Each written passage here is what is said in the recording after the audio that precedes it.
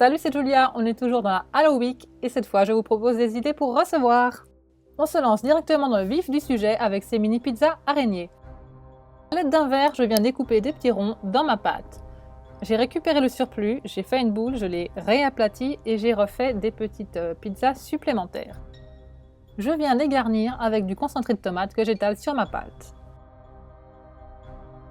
Je rajoute des champignons, il m'a fallu environ un demi champignon par pizza.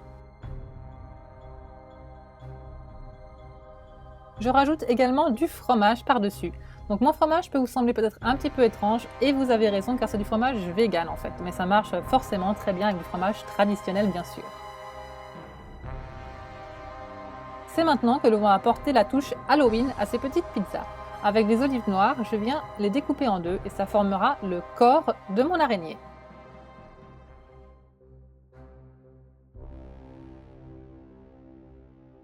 Je continue avec les olives et je viens la débiter en tranchettes pour pouvoir former les pâtes.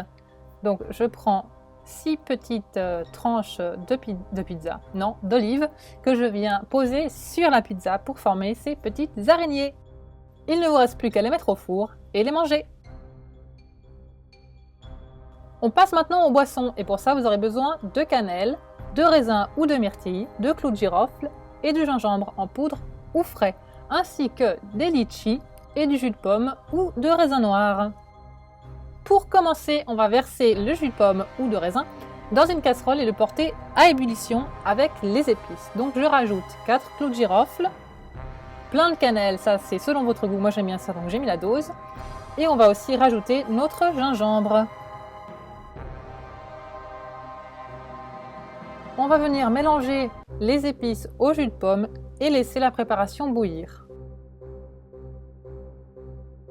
Lorsque la boisson est chaude et qu'elle a bouilli, on vient couper le feu et la retirer de la plaque pour la laisser tiédir à côté. Maintenant, c'est l'heure de préparer nos petits yeux.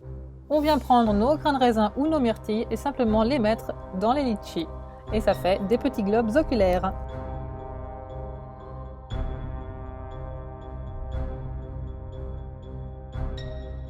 Je pense que tout le monde sait comment cristalliser un verre, mais dans le doute, je vous montre rapidement comment on fait. Comme vous le voyez à l'image, il suffit de tremper le bord de son verre dans du sirop, puis dans du sucre. Et c'est tout, c'est aussi simple que ça, vous avez un verre givré ou cristallisé. On arrive à la dernière étape, il ne vous reste plus qu'à mettre vos petits yeux dans vos verres et les remplir avec le jus de pomme épicé. Moi j'ai utilisé une passoire pour éviter qu'il y ait des petits clous de girofle et des bouts de bâton de cannelle dedans, mais vous pouvez aussi bien les laisser. Par contre, faites attention quand vous buvez parce que si vous croquez dans un clou de girofle, c'est extrêmement fort.